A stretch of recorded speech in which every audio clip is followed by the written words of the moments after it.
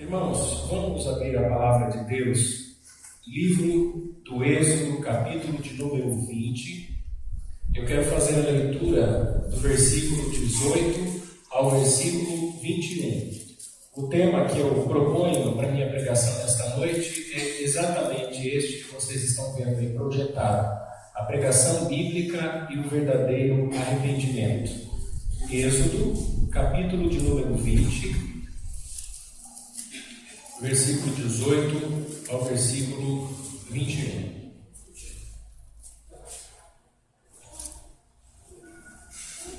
Diz assim a palavra de Deus: E todo o povo viu os trovões, e os relâmpagos, e o sonido da buzina, e o monte fumegando. E o povo, vendo isso, retirou-se e pôs-se de longe. E disseram a Moisés: Fala tu conosco, e ouviremos, e não fale Deus conosco, para que não morramos. E disse Moisés ao povo: Não temais, que Deus veio para provar-vos, e para que o seu temor esteja diante de vós, para que não pequeis. E o povo estava em pé de longe. Moisés, porém, se chegou à escuridade onde Deus estava. Amém.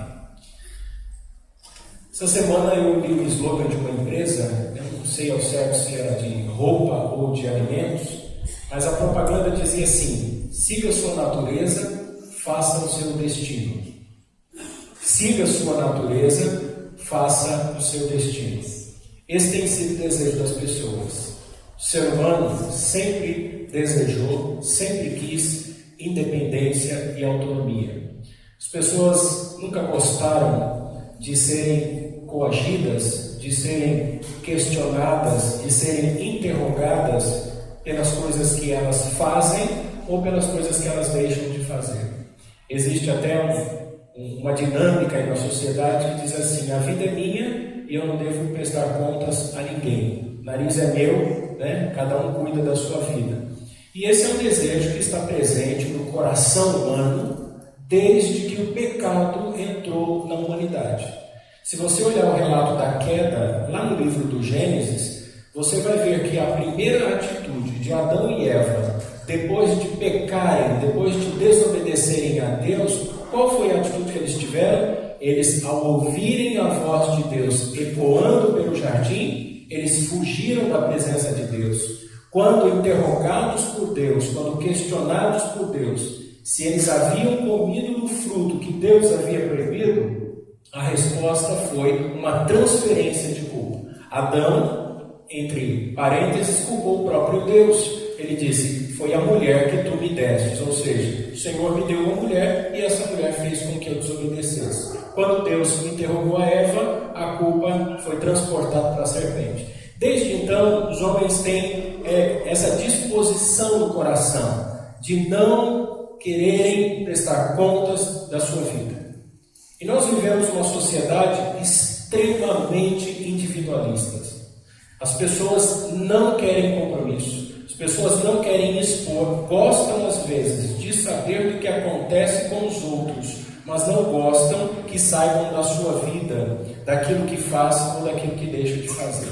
E essa disposição do coração é algo que tem afastado o homem da presença de Deus. O texto que nós lemos é uma das narrativas mais interessantes do Antigo Testamento, porque este texto é um registro do momento solene em que Deus estabelece uma aliança com o seu povo. Notem as circunstâncias que envolviam este povo, que estavam acampados próximos ao Monte Sinai. Eles foram subitamente tomados por algo aterrorizador, algo assustador, acontecimentos que estavam pré-anunciando uma aliança que Deus estava estabelecendo. A montanha, o Monte Sinai, o lugar onde Deus manifestou sua glória, foi proibido de se aproximar daquele monte. Alguém que ousasse subir aquele monte morreria, até mesmo os animais. O povo tinha que se consagrar, o povo é convocado a uma santificação, e no terceiro dia haveria uma manifestação, a aparição de uma nuvem sobre o monte, haveriam relâmpagos e trovões, e então Deus desceria na montanha, a fumaça subiria e o fogo estaria presente como símbolo da presença de Deus, e eles então começaram a ouvir o som de uma trombeta que ia se intensificando cada vez mais. O povo sentiu-se literalmente na boca do inferno. Eles temeram, eles ficaram apavorados, eles ficaram assustados. E a única certeza que eles tinham neste relato aqui é uma só: eles iam morrer. Eles não sobreviveriam àquele acontecimento. Mas todas estas manifestações se cessaram. Tudo isso passou. E então os anciãos do povo e os líderes agora convocam uma reunião. Talvez você lendo o texto, você pense assim: eu acho que foi a reunião em que mais houve temor a Deus, em que houve uma grande manifestação de reverência, de reconhecimento à grandeza de Deus, à santidade de Deus, ao nome de Deus, vendo os atributos de Deus, a glória de Deus, o poder de Deus, a fumaça, o fogo, o chão que abria e todos aqueles acontecimentos. Mas algo incompreensível no primeiro momento acontece. Os anciãos e os líderes se reúnem e chegam à seguinte conclusão: que Deus não fale mais com a gente. Que da próxima vez que Deus quiser falar conosco, que Ele fale com Moisés. E aí Moisés nos traga a informação sobre Deus. E eu faço uma pergunta aqui: como alguém reagiria desta maneira após ouvir a voz de Deus? Deixa eu colocar de uma maneira mais compreensível. Como que um povo que viu os milagres que eles viram, a libertação extraordinária da escravidão no Egito, a manifestação do que a gente conhece como as 10 pragas, que são os 10 sinais miraculosos de Deus, a abertura do Mar Vermelho, a transformação de águas amargas em Mara, transformando-as em água doce, fazendo fluir água da rocha, já tinham se alimentado do maná. Quando o povo se queixou que não tinha carne, Deus enviou codornizes ao deserto. Este mesmo povo que viu todos estes milagres endureceu o coração e disse: não fale mais conosco, ó Deus. Semelhantemente, nós, tendo como pano de fundo os milagres operados no Novo Testamento através do próprio Cristo, através dos apóstolos, como que nós, seres humanos, como que nós, homens modernos, nós contemporâneos, também resistimos à pregação bíblica. Semelhante a este povo que viu todos os milagres, e mesmo assim, quando Deus falou com eles, eles decidiram não mais ouvir a Deus, nós também, vendo todos os milagres que Deus fez através de Cristo e dos apóstolos, resistimos à voz de Deus. Qual a razão disso?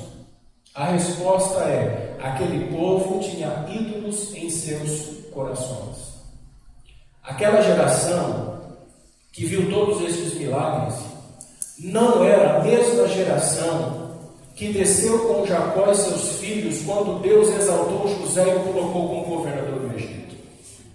Não é a mesma geração que usufruiu das bênçãos de Deus quando herdaram a terra de Gósen e a prosperidade que advinha da boa gestão de José. Não era a mesma geração que foi conhecida pelo faraó, que amou a José porque Deus usou de maneira sobrenatural para que não passassem fome os egípcios. Aquela geração era uma geração que cresceu na escravidão. Era uma geração que conheceu o faraó, que os transformou em subalternos e seus escravos. Aquela geração era uma geração que se aculturou ao paganismo do Egito. Aquela geração que viu esses milagres era também a geração que se acomodou na adoração dos deuses egípcios. Aquela geração que foi caminhando durante o deserto após a travessia do mar e que chegou e se acampou próximo ao Sinai, vendo o cuidado de Deus e a sua manifestação em glória em Shekinah através da nuvem, é a mesma geração que comia repolhos quando eram escravos de Faraó. Essa mesma geração que, vendo vendo a manifestação da glória de Deus, era a mesma geração que tinha ídolos em seus corações. E esta era a causa, e esta é a causa até hoje dos homens resistirem à voz de Deus. Portanto, meus irmãos, como é que nós entendemos isso? Como é que nós chegamos a esta conclusão? Diante da pregação de Estevão. Atos capítulo 7, versículo 41 a 43, Estevão faz um discurso, o primeiro mártir faz um discurso sobre a condição deste povo egípcio. E olha só o que ele disse. Naquela ocasião fizeram um ídolo em forma de bezerro. Ele está fazendo menção no momento em que Moisés esteve no monte e o povo não teve paciência para aguardar o retorno de Moisés, e então incitaram Arão, sumo sacerdote, para que ele fizesse um bezerro de ouro.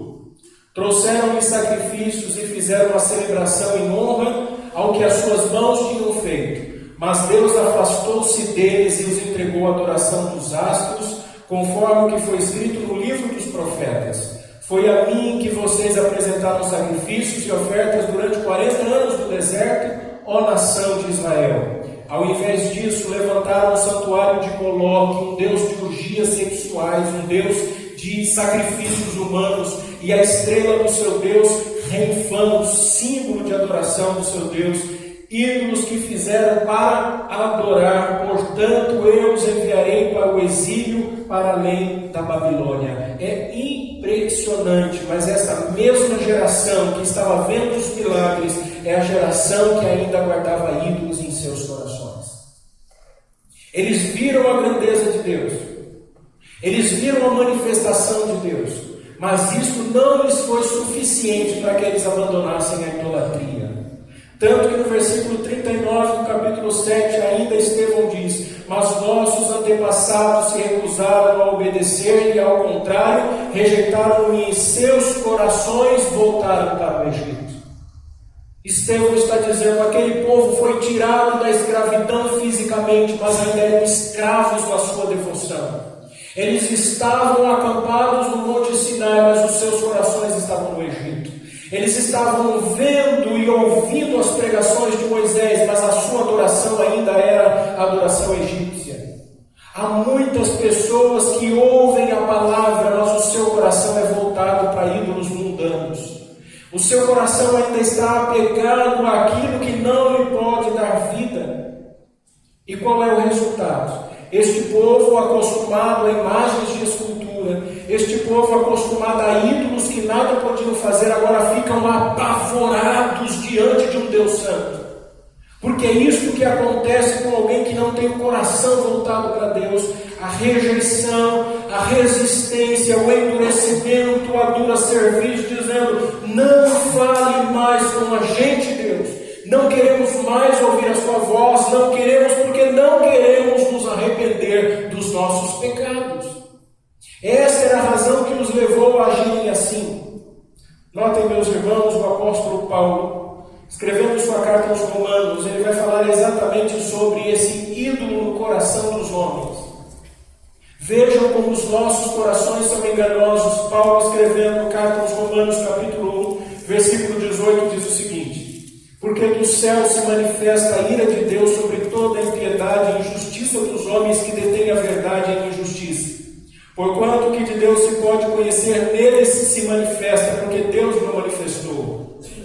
Porque as suas coisas invisíveis, desde a criação do mundo, tanto o seu eterno poder como a sua divindade, se entendem claramente e se veem pelas coisas que estão criadas, para que eles fiquem indesculpáveis. Paulo está dizendo: tudo que manifesta a glória de Deus na criação é algo que torna o homem indesculpável diante dele, porquanto, tendo conhecido a Deus, o que eles fizeram? Não o glorificaram como Deus, nem lhe deram graças. Antes, em seus discursos se desvaneceram e o seu coração insensato se obscureceu. Dizendo-se sábios, tornaram-se loucos. E mudaram a glória do Deus incorruptível, o Deus que se manifestou no Sinai, em semelhança de imagem. O que é que o povo fez? Um bezerro de ouro. Mas Deus estava no monte, o monte estava manifestando a glória. Para que um bezerro? E por que um bezerro? Paulo responde: fazem imagem de homem corruptível, adoravam a Faraó, como depois adoraram o imperador. Imagem de aves, o deus Horus, que tinha a face de falcão no Egito. A imagem de quadrúpedes, o deus Apis, que é a imagem de touro, por isso fizeram bezerro. A imagem de Anubis, que tinha a face de um chacal. E de répteis, que era Apófis e Piton, a imagem de serpente. Notem que todas essas imagens, essas idolatrias, ele diz assim: pelo que também Deus os entregou às concupiscências do seu coração, a imundícia, para desonrarem o seu corpo entre si, pois mudaram a verdade de Deus em mentira e honraram e serviram mais a criatura do que o Criador. Esta é a condição do coração do homem sem Deus. Ninguém que pense: mas eu conheço a Deus e eu então sou devoto a Deus simplesmente porque eu ouvi uma pregação. O coração verdadeiramente regenerado é um coração que expulsa todo tipo de idolatria. E o que é idolatria? A idolatria é quando alguma coisa abaixo de Deus usurpa o lugar do seu coração que cabe somente a Deus. Se alguma coisa tem sido um motivo, razão mais consistente para a sua vida do que o próprio Deus, você é um idólatra. O seu coração é um coração idólatra. E o que tem acontecido? Por que as pessoas não querem mais ouvirem a pregação verdadeira? Notem e observem as igrejas modernas. O que tem acontecido no cenário da igreja evangélica no Brasil? Isso aqui pode parecer piegas, pode parecer um discurso de autodefesa. Você pode pensar assim: mas o pastor está falando assim porque ele pensa diferente. Mas eu gostaria que você observasse. Faça esse esforço. Notem primeiro, pregadores carismáticos. Aquela imagem do sagrado ministério da palavra não existe mais. Os homens estão assumindo púlpitos como verdadeiros bufões, como animadores de plateia, vestindo roupas extravagantes e tentando chamar a atenção do auditório. Pastores não são mais homens que se debruçam e elucubram sobre as Escrituras, não estudam, estão apenas preocupados em gestão e administração, e tudo é business, o mundo dos negócios. As grandes igrejas que impressionam são as igrejas onde há multidão e dinheiro e prosperidade. Até mesmo os membros caíram nesse insignificante raciocínio de pensar assim: olha, está faltando gente na igreja, a igreja não é boa. Não existe isso. Seitas e heresias estão abarrotadas de pessoas saindo pelas janelas, as pessoas que vão para o inferno. Pregadores carismáticos e minimalismo teológico. As pessoas não querem e dizem que não há necessidade de entender doutrinas. Uma mentira. Não, esse negócio de doutrina, de teologia é muito complexo. Não é complexo. Nós é que não temos interesse em aprender. Porque nós aprendemos coisas muito mais complexas e muito mais difíceis. Quer um exemplo? Faça uma postagem nas redes sociais. Faça uma crítica ao falso do evangelho. Logo você vai encontrar pessoas que se acham mais crentes do que você, dizendo assim: olha, enquanto você está aí discutindo, tem milhões de pessoas morrendo. Enquanto você está aí discutindo, eu estou lá fazendo a obra de Deus. Mas a verdade é que quem não consegue entender os conceitos bíblicos, um dia, quando deparar com o sofrimento ou com a morte, e que tiver conflitos existenciais, ele vai se perguntar se de fato ele sabe ou não o que está acontecendo na vida dele. Então, irmãos, esse sentimentalismo, essa imaturidade espiritual, resulta no quê? Nas pregações enriquecidas de jargões e de clichês. As pessoas gostam disso. Pregadores que não se debruçam sobre a palavra de Deus, repetidamente ficam dizendo nas suas pregações: Deus vai te exaltar, Deus vai te honrar, Deus vai restituir tudo que você perdeu, o melhor de Deus está por vir. Dá glória a Deus, igreja. Fala para o irmão que está do teu lado, fecha os olhos, começa a glorificar. Deus está mandando te dizer, decreta a tua bênção e por aí vai.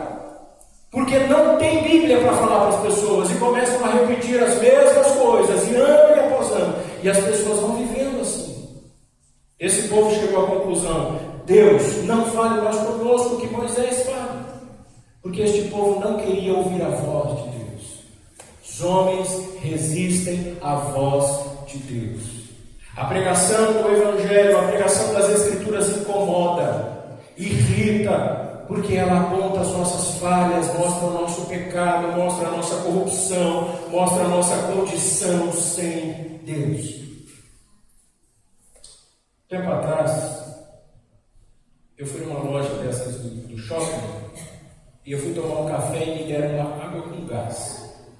Eu estou acostumado a tomar café e eu gosto de tomar café, mas o café que a gente faz em casa, né? Coa, coloca lá na nossa garrafinha e o café adoçado. Mas para quem aprecia um bom café, não se usa açúcar.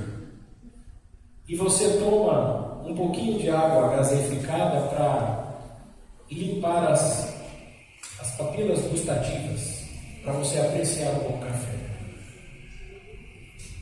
E eu descobri uma coisa: eu não sei apreciar café. Eu sou viciado no café adoçado. Porque pessoas que apreciam café não usam açúcar, porque o açúcar tira o aroma e o sabor verdadeiro do café. Sabe por que pessoas não gostam do Evangelho? Porque elas acostumaram com o doce dos falsos ensinos. Essas pessoas querem ouvir as Escrituras, mas adocicada, com esses jargões e esses clichês dizendo que elas são ótimas e que elas são boas e que elas são vitoriosas e que elas não precisam mudar de vida, afinal de contas Deus é amor e todo mundo vai para o céu e Deus não está exigindo mudança da vida de ninguém, Deus é bom, Deus não é que nem o pastor que fica falando que as pessoas estão agindo errado. Porque nós estamos acostumados. E o mundo entende esse costume nosso. Se você acessar o YouTube, você vai perceber que toda vez que você acessar, os vídeos que vão apresentar-se para você são vídeos que correspondem ao seu próprio gosto. Se você acessar uma ideologia política, toda vez que você acessar, vai aparecer opiniões, palestrantes, políticos que têm a mesma linha ideológica que a sua. Se você acessar um determinado pregador neopentecostal, pentecostal ou reformado, quando você acessar de novo, o YouTube vai te dar uma relação de pregadores da mesma linha teológica, porque eles sabem do seu gosto. Assim é com a música, assim é com a moda, no mundo artístico. Quer conhecer uma pessoa? Peça ela no seu celular e aí você abre a página do YouTube. Você vai saber o que ela anda vendo no celular. Se é fuxico gospel, se é alguma coisa edificante. Porque o mundo entendeu que nós gostamos de ser acariciados, massageados, afagados. Que as pessoas fiquem dizendo o tempo todo, docilmente nos nossos ouvidos: olha, você pode, você é bom naquilo que faz. Então esse povo estava acostumado àquelas imagens em que eles ofereciam sacrifício e rituais, mas aquelas imagens nada cobravam deles. Mas no dia em que eles viram a santidade de Deus, e como Deus é aterrorizante em sua manifestação e glória, meus irmãos, se nós entendermos esta passagem bíblica, nunca mais a gente vai cantar derrama a tua glória. Porque a gente canta assim: quero ser cheio da tua glória, enche a tua glória, derrama a tua glória, quero ver a tua glória. Quem somos nós para ver a glória de Deus? Se você sair andando pelas ruas ao meio-dia, você vai olhar e ver tudo claramente: o movimento, os carros, os comércios, as pessoas. Mas neste momento em que você estiver andando e vendo tudo à sua volta, eu gostaria que você parasse e olhasse para o fulgor do sol e que fixasse os seus olhos no sol durante o tempo em que você aguentar, e depois você voltasse os seus olhos à sua volta. Você não vai mais enxergar nada à sua volta por causa do resplendor do sol que ofuscou a sua visão. Sabe por que crentes estão intertidos demais com as coisas do mundo? Porque não conseguem ver a glória de Deus na pessoa de Jesus Cristo. Quando você não entende quem é Cristo, quando você não vê a beleza de sua face e da obra da redenção, tudo à sua volta tira a sua atenção. Quando você não vê aquilo que é mais impactante, que é mais impressionante, este povo tinha que olhar para o monte, a nuvem estava lá, trovões e raios, um som ensurdecedor. Você já imaginou? E aquele som ia subindo, subindo, subindo, estouraram os tímpanos e o povo começou a ficar aterrorizado, e fumaça e fogo e tudo tremendo. E o povo disse assim: Deus não fala mais com a gente não. Quando o Senhor quiser dar um recado, manda Moisés. Nós preferimos ouvir o homem do que ouvir o Senhor. E aí, irmãos, verso 20 diz assim: Moisés disse ao povo: não tenham medo. Deus veio prová-los para que o temor de Deus esteja em vocês e os livre de pecado. Por que Deus nos adverte domingo após domingo? Por que Deus fala aos nossos ouvidos e nos convida a uma vida santa? Por que Deus está sempre nos buscando? Porque Ele sabe que às vezes a nossa vida é uma vida de aparência. Porque às vezes debaixo de uma capa de piedade nós escondemos ídolos como o povo de Israel. O que eles deveriam fazer diante daquela imagem impressionante da glória de Deus? Eles deveriam sair dali, correr às suas tendas onde eles estavam acampados e quebrar os ídolos. Mas não, eles continuaram guardando. Deuteronômio capítulo 5, verso 24. Olha o que diz: e vocês disseram: o Senhor, o nosso Deus, mostrou-nos sua glória e sua majestade, e nós ouvimos a sua voz vinda de dentro do fogo. Hoje vimos que Deus fala com o homem e que este ainda continua vivo. Eles viram a glória de Deus, a manifestação da glória de Deus. E eles chegam à seguinte conclusão, versículo 25 ao 27. Agora, pois, por que morreríamos? Por que nós vamos morrer? Pois este grande fogo nos consumiria. Se ainda mais ouvíssemos a voz do Senhor nosso Deus, morreríamos. Porque quem há de toda a carne que ouviu a voz de Deus vivente falando do meio do fogo como nós e ficou vivo? Chega-te tu e ouve tudo o que disser o Senhor nosso Deus, e tu nos dirás tudo o que te disser o Senhor nosso Deus. E olha o que o povo diz: e o ouviremos e cumpriremos. O povo disse assim: nós não queremos mais ouvir a Deus, mas Moisés, se você ouvir a Deus e nos trouxer as instruções, nós vamos ouvir você e nós vamos cumprir aquilo que Deus está nos mandando fazer. É isso que o povo está falando. O povo está dizendo assim: a nossa linguagem é correta, a nossa liturgia é correta, a nossa religiosidade é correta, mas o nosso coração não. E isso pode acontecer com a gente. Honrando a Deus com os lábios, mas corações devotados a imagens, voltados aos desejos mundanos, voltados a paixões da carne. Será que isso tem sido, irmãos, diferente nos nossos dias? Será que nós não temos agido de maneira semelhante aos israelitas? E às vezes a gente fica julgando os israelitas, dizendo assim: que povo duro! Se eu tivesse visto um milagre desse, se eu tivesse visto um paralítico andando, se eu tivesse visto um morto ressuscitando, se eu tivesse visto manifestações extraordinárias, o céu se abrindo, fogo subindo, a nuvem, a coluna e toda a glória que se manifestou, eu jamais negaria a Deus. Será? Será que nós não temos esse senso da divindade, como dizia Calvino, os sensus divinitatus? Será que lá no fundo do nosso coração, como seres adoradores criados por Deus, nós não tememos e sabemos que um dia estaremos diante dele? Mas o desejo pelo pecado, o desejo por uma vida sem Deus é tão grande que nos enlaça e nos assedia constantemente, que nos torna ociosos e preguiçosos com relação à vida espiritual. E nós somos descuidados, desleixados com a vida espiritual, indolentes. Nós somos cuidadosos com as coisas que amamos. Cuidamos das nossas roupas, cuidamos da nossa família, cuidamos em manter o nosso trabalho, nos dedicamos aos nossos estudos, administramos os nossos recursos, temos cuidado com a nossa aparência, mas quando diz respeito à vida espiritual, quando diz respeito à vida cristã, quando diz respeito ao compromisso com Deus, a gente cai no engodo de achar que Deus não está tão preocupado assim. Que Deus não está ligando muito, porque a longanimidade de Deus me dá uma sensação que Deus é tão bom que Ele jamais vai pesar a mão sobre mim. O pastor Paul Washer, um livro que eu li chamado Segurança e Advertências do Evangelho, diz o seguinte: preste atenção. Todo mundo quer ir para o céu, mas a maioria não quer que Deus esteja lá. Uma prova de que muitas pessoas desejam o céu sem Deus é que os seus desejos e ambições da maioria das pessoas que estão aqui na terra são totalmente contrários aos do céu.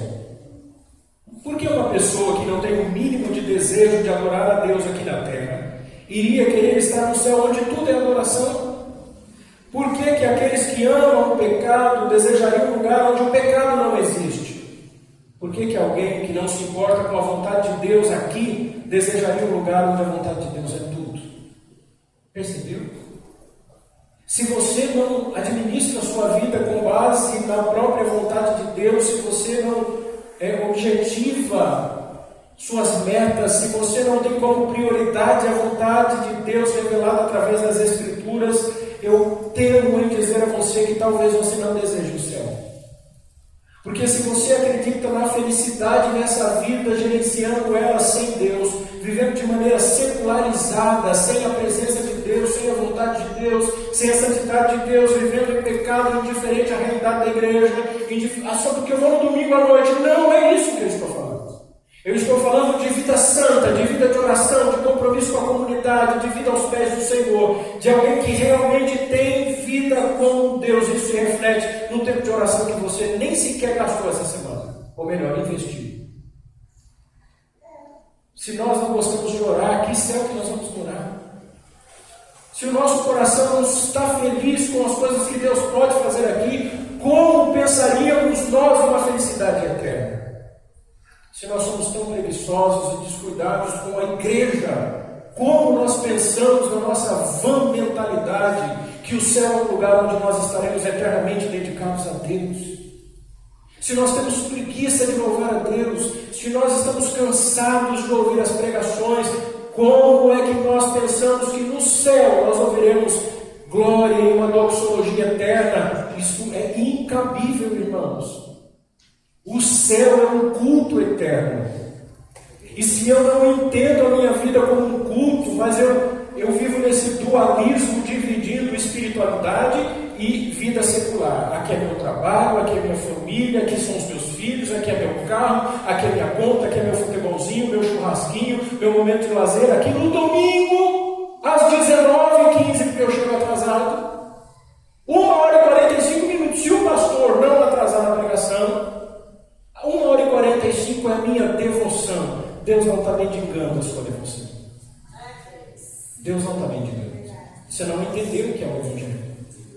É isso que o povo precisava entender. Eles diziam assim: Moisés, lá tinha repolho, Moisés, lá tinha cebola, Moisés. Eles estavam dispostos a comer o pão que o diabo amassou na escravidão do Egito do que alimentar-se do maná do céu.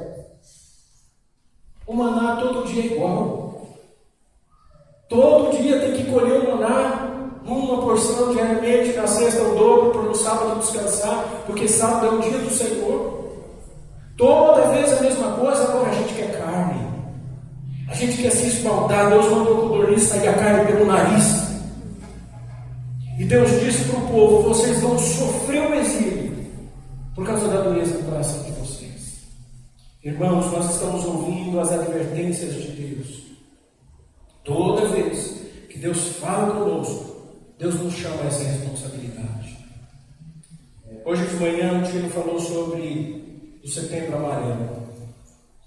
E nós estávamos falando sobre essa onda crescente de suicídio.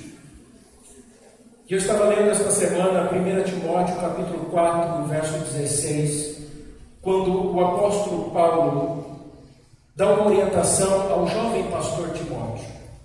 Porque, irmãos, eu tenho visto que muitos pastores, jovens pastores, estão mais preocupados com a sua vida física do que com a sua vida espiritual. Eu tenho visto pastores fazendo academia, se alimentando bem, fitness. Pastores que investem em gerenciamento, em coaching. Nada contra, eu acho que a gente tem que cuidar da nossa saúde. Eu espero, sinceramente, não ficar com uma pança muito grande quando envelhecer. Embora eu sei que pastor que não tem pança não inspira confiança. Nada contra cuidar da saúde. Mas acontece que eles costumam usar essa passagem de Paulo a Timóteo quando ele diz assim: tem cuidado de ti mesmo e do ensino. Persevera nesses deveres, pois agindo assim salvarás tanto a tua própria vida quanto a todos os que te derem ouvidos.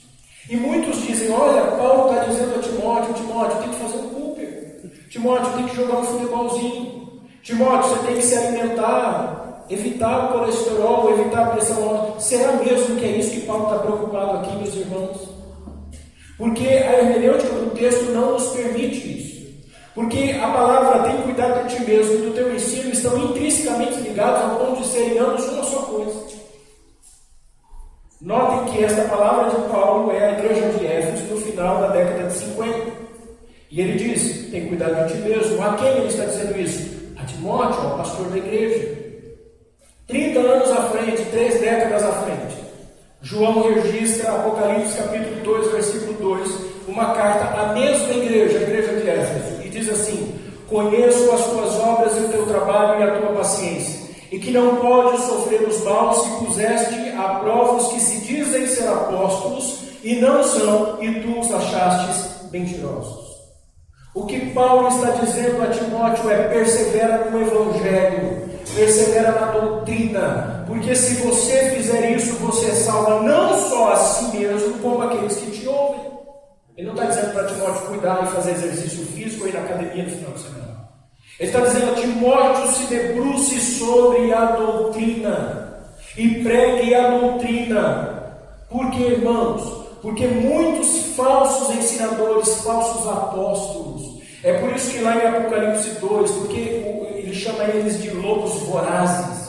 O lobo não atacaria só a ovelha, ele ataca também o pastor. E a carta é escrita ao anjo da igreja, ao pastor da igreja. E é um elogio de Cristo dizendo, olha, você testou aqueles que se diziam apóstolos e não são. Percebam, irmãos, que o verdadeiro arrependimento só vem quando a pregação é genuína.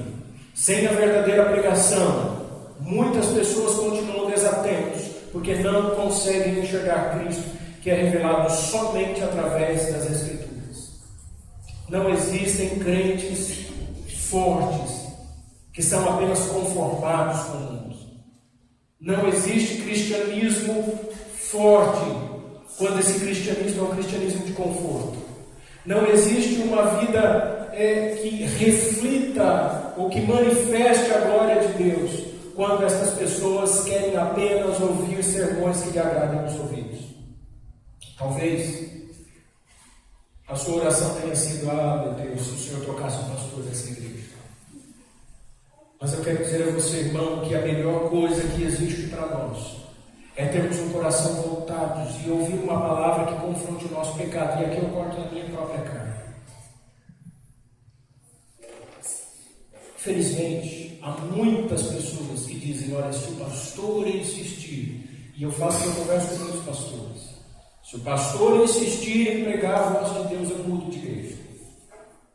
Muitos pastores se sentem acuados, cerceados, inibidos, porque não têm coragem de denunciar o pecado, de dizer das coisas, falar sobre as coisas que estão erradas.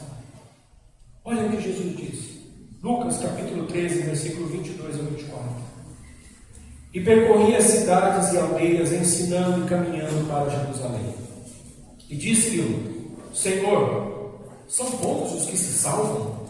E ele lhe respondeu, porfiar por entrar pela porta estreita, porque eu vos digo que muitos procurarão entrar e não poderão.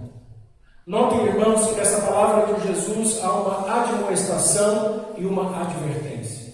Admoestação, esforçai-vos por entrar pela porta estreita. A palavra esforçar, traduzida do grego agonizomai, que significa literalmente agonizar, lutar, laborar com fervor, fazer uma coisa com grande zelo. Sabe como é que a gente passa pela porta estreita?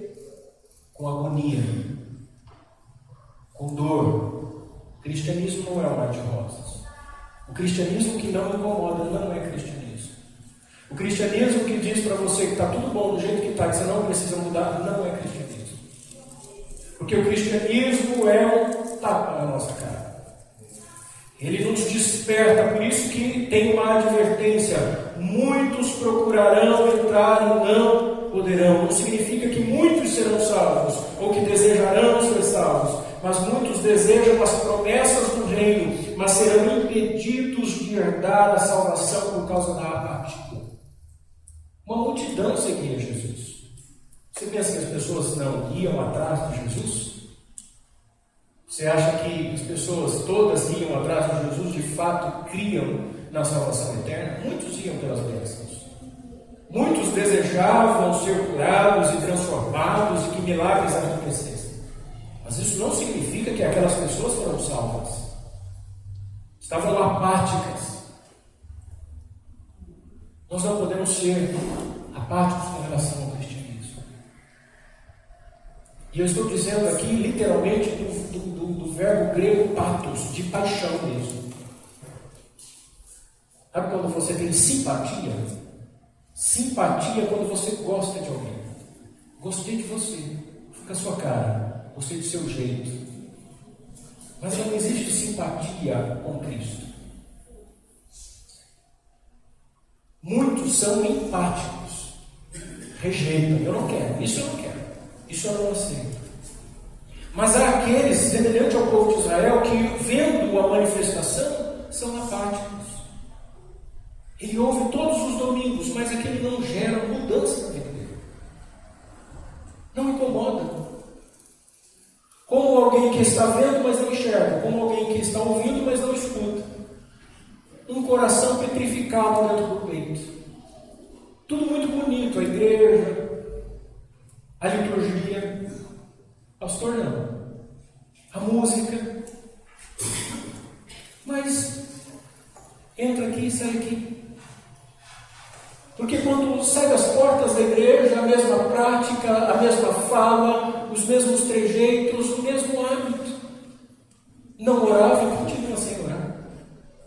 Vivia brigando em casa, continua brigando. Fazia coisas erradas, dava mau testemunho e continua fazendo e dando mau testemunho. Então o Evangelho não está fazendo diferença. Mas o Evangelho é poderoso para transformar? É. Então por que não transforma? Porque ele não pode? Não. Porque esta pessoa não o acolheu, não quer harmonizar. Porque essa pessoa não está disposta a se dedicar, a ter disciplina, a se esforçar, porque acha que a vida é assim. Já que a loja diz que eu tenho que viver o meu destino e fazer a minha vontade, Jesus também tem que fazer o que eu quero. Você quer ver uma coisa que a gente inventou ao longo da história da igreja? Campanha. O que é campanha? Vou orar ou jejuar ou fazer um voto de uma oferta 7 semanas seguidas. Eu desafio você a me mostrar isso na Bíblia. Atos proféticos. Por que as pessoas fazem isso? Porque mesmo que elas não falem, no seu coração eles acreditam que ele pode negociar com Deus. Deus pode me dar a vitória. Só que se eu não fizer 7 semanas de jejum, ou se eu não for no monte 7 sexta-feira, Deus não vai fazer. Porque Deus está esperando alguma coisa de mim. Deus, para ele, é um homem de negócios. Deus vai olhar para ele, ele vive a vida toda sem compromisso com Deus. Toda. Aí entra numa crise financeira, vou fazer um voto, 7 semanas de R$200. É isso que as pessoas fazem. Vou pegar o carnê da prosperidade. Não, eu vou escrever um pedido de oração para queimar no monte. Mentalidade totalmente equivocada a respeito das Escrituras. Aonde Deus ensinou isso? Irmãos, ou a gente é crente, ou não adianta rituais. Só 2 rituais nos são permitidos pela palavra de Deus. Só 2: batismo e Santa Ceia. Todos os outros rituais são uma afronta à graça de Deus. Eu fico imaginando a minha filha de 8 anos, dizendo assim para mim: se o Senhor me der o presente que eu quero, durante 7 semanas eu vou te dar um abraço e um beijo. Eu olharia para ela e diria assim: nunca mais faça isso. Ou você me ama porque eu sou seu pai, ou não há barganhas entre nós. Não há relação de mérito. É isso que a gente faz com Deus. A gente diz assim: Deus, eu quero viver a minha vida. Senhor, por favor, não interfira. Deixa eu administrar a minha vida. Só que a gente não consegue gerenciar a nossa própria vida. Porque há situações que são inadministráveis. Quer um exemplo? Você chega no trabalho e você se gaba: nossa, eu estou ganhando muito bem, tenho uma estabilidade, sou CEO lá na empresa, e aí de repente vem: ó, você foi demitido. E a pessoa desmorona. Estou bem fisicamente, estou saudável, estou dando risada para todo mundo da igreja, estou brincando com as coisas de crente, não sei o quê. Aí de repente vem um diagnóstico: você tem uma doença incurável. Desaba. Situações inadministráveis. Aí eu não gosto desse negócio de doutrina, eu não gosto desse negócio de pregação, de falar de céu, de inferno. Acontece uma fatalidade, um acidente, morre alguém da família, um filho na infância. Meu Deus do céu, e agora? O que vai fazer? Está vendo? Os rituais não servem. Porque no limiar da vida, da existência, ritual, meu irmão, não serve para nada. Fato é que nós estamos diante de um Deus que se manifestou em glória, e aquele povo, vendo a glória de Deus, disse: Deus não quer mais ouvir o Senhor. Irmãos, não há arrependimento sem a verdadeira pregação. Se você tem se alimentado, e eu espero que não, mas se você tem se alimentado com pregações fantasiosas, com argumentos mentirosos, com falácias, com pensamentos capciosos, com o pastor está dizendo isso e aquilo, previna-se. Mude rapidamente, porque no dia em que a desgraça chega, só a verdade da palavra de Deus é que nos sustenta. No dia em que nós vamos ter que confrontar os nossos verdadeiros adversários, aí é pela palavra de Deus. Por isso, eu quero lembrar aqui o prefácio de todo esse acontecimento no Monte Sinai. Sabe o que estava acontecendo lá? Deus estava dando os 10 mandamentos para o povo. Deus estava dizendo assim: vocês nunca conseguirão me servir como eu exijo. Por isso que nós precisamos de Cristo. É por isso que sem Cristo nós nada podemos fazer. Essa mensagem deveria nos mobilizar para chegar em casa, pegar tudo aquilo, aquelas parafernálias que não agradam a Deus, e jogar no lixo. Para mudar o nosso jeito de ser e começar a viver como crente de verdade. Amar a Deus. Essa mensagem deveria nos levar de uma maneira que nós ficaríamos tão perplexos com a grandeza de Deus e pensando assim: hoje eu vi a glória de Deus. E não foi a Shekinah na igreja. O pastor não levitou lá na frente. Ninguém tirou o calçado e saiu rodopiando pela igreja. Isso não é Shekinah. Isso é histeria coletiva. E eu falo isso por conhecimento de causa, porque eu já fui desse meio. Isso não é glória de Deus. Não existe isso. Essa histeria que não produz santidade e vida. Deus é tão santo, irmãos, que quando a gente entende quem Ele é e sua glória, sabe o que acontece com a gente? A gente desce para a boca do pó. Ninguém sai pulando. Eu saio pulando quando eu estou feliz. Mas quando a gente tem a compreensão de quem Deus é, que Ele se faz presente, o nosso coração é contrito de uma maneira que a gente sente vergonha dos pecados que cometeu. E a gente sai daqui dizendo assim: Deus, produz em meu coração um verdadeiro arrependimento. Quando a gente reconhece a grandeza de Deus e a majestade de Deus, isso vem acompanhado de um profundo desejo de mudança. Profundo desejo de mudança. Porque nós podemos confessar a Deus com os lábios, mas negá-lo com o coração. Como que a gente sabe disso? Observando o nosso comportamento. Seu comportamento é que vai demonstrar se você realmente conhece a Deus. Eu concluo com a palavra de Moisés: não tenham medo. Deus veio para prová-los, para que o temor de Deus esteja em vocês e os livre de pecar.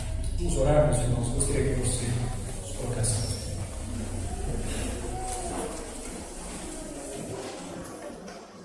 Ó Deus, nós estamos diante da Tua presença e nós nos sentimos tão diminuídos, tão pequenos, tão insignificantes diante da grandeza da Tua palavra.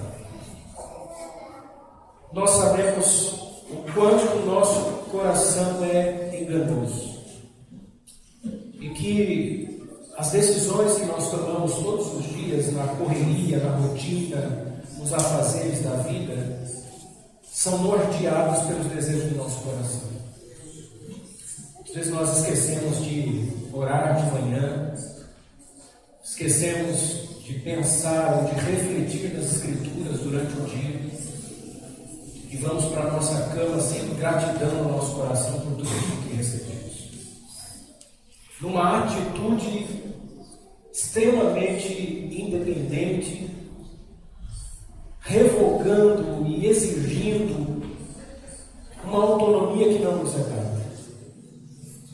No entanto, nós reconhecemos nessa noite que há momentos na nossa vida em que nós vamos nos deparar com esta necessidade, quando estaremos só nós e o Senhor, quando eu estiver diante de Ti, em um momento crucial da minha existência, quando ninguém, nem mesmo meu cônjuge, ou meus filhos, ou o pastor, ninguém próximo de mim, poderá intervir.